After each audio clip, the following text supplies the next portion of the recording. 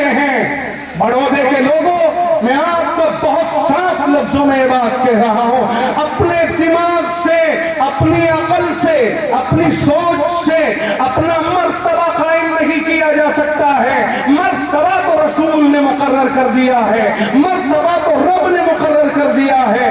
جو مقام رب نے مقرر کر دیا ہے نہ اسے گرایا جا سکتا ہے، اور جو مقام متعین نہیں کیا ہے اسے متعین نہیں کیا جا سکتا ہے۔ یہ شریعت تو کامل، اکمل اور مکمل ہے۔ جو شریعت میں طے ہو چکا تو ہو چکا، اب اس میں کوئی تبدیلی نہیں آ سکتی ہے۔ چند ٹکروں کے مالک، چند پیسوں کے مالک، اور یہ سمجھنے لگے کہ ہم بہت بڑے ہیں، چھوٹے سے عہدے کے مالک یہ سمجھنے لگے کہ ہم بہت بڑے ہیں۔ ایک گاؤں کا پردھان، ایک محلے کا سبھاسد، ایک علاقے کا ایم ایل اے، ایک اس سے بڑے علاقے کا ایم پی یہ سمجھنے لگے کہ میں بہت بڑا ہو گیا۔ بڑا وہ ہے جو خدا سے ڈرنے والا ہوگا، بڑا وہ نہیں ہے جو اپنے ذہن سے بڑا ہو گیا۔ خدا کا ڈر جتنا جس کے اندر ہوگا اتنا ہی وہ بڑا سمجھا جائے گا۔ میں نہیں کہتا، میرا رب کہتا ہے۔ 26ویں پارے میں قرآن کریم کی آیت کے اندر موجود ہے۔ اور رہا مسئلہ اس دنیا کا تو سن لو اچھی طرح سے، رہا مسئلہ اس دنیا کا تو جناب محمد الرسول اللہ صلی اللہ علیہ وسلم نے فرمایا، ابو داؤد شریف کی روایت ہے، آقا نے ارشاد فرمایا، لو كانت الدنيا تعدل عند الله جناح بعوضة ما سقى كافر منها شربة ماء او كما قال، فرمایا اگر یہ ساری دنیا آسمانوں سے لے کے زمین تک اور زمین کے نیچے تک اور ساری کائنات کی بنی ہوئی تمام چیزیں، سونے چاندی کی کانے اور خزانے، یہ سارے کے سارے خدا کی نگاہوں میں ایک مچھر کے پر کے برابر بھی ہوتے تو کسی کافر کو ایک گھونٹ پانی نہ ملتا، کوئی کافر دنیا سے ایک گھونٹ پانی نہ پی پاتا۔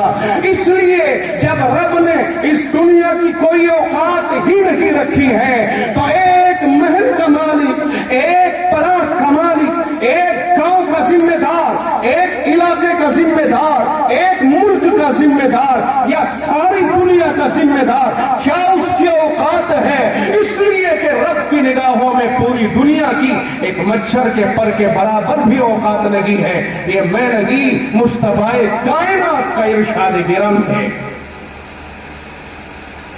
اب آدمی اگر اپنے آپ کو بہت بڑا سمجھنے لگے، 2-3 گاڑی کھڑی ہیں جی، ایک فارچونر کھڑی ہو گئی، ایک فلا کھڑی ہو گئی، تو جاؤ فارچونر کی حقیقت اگر آپ کو دیکھنی ہے تو جاؤ کسی پولیس چوکی اور تھانے میں سڑ رہی ہیں، جاؤ میں جا کر کے دیکھ لو، نیلامی ہو سکتی ہے ان کی، ایک بات ٹکر لگی، تھانے میں جا کر کے بند ہو گئی، کوئی چھڑانے والا نصیب نہیں ہوتا۔ کسی فارچونر کی اوقات تو صرف ایک ٹکر کی ہے۔ میرے بھائیوں، جس چیز کا جو مقام ہے وہی اس کو دیا جائے گا، اس کے خلاف نہیں کیا جا سکتا ہے۔ اور مرتبے اور مقامات رب کی طرف سے مقرر ہوتے ہیں، بندے مقرر نہیں کر سکتے ہیں۔ کون کس درجے پہ فائز ہے یہ شریعت کا حصہ ہے، ہمارا حصہ نہیں ہے۔ ہمیں توازن کے ساتھ رہنا ہے، بس ہمیں قرآن کی حفاظت کرنی ہے، مدارس کی حفاظت کرنی ہے، اپنے اولاد کے عقیدوں کی حفاظت کرنی ہے۔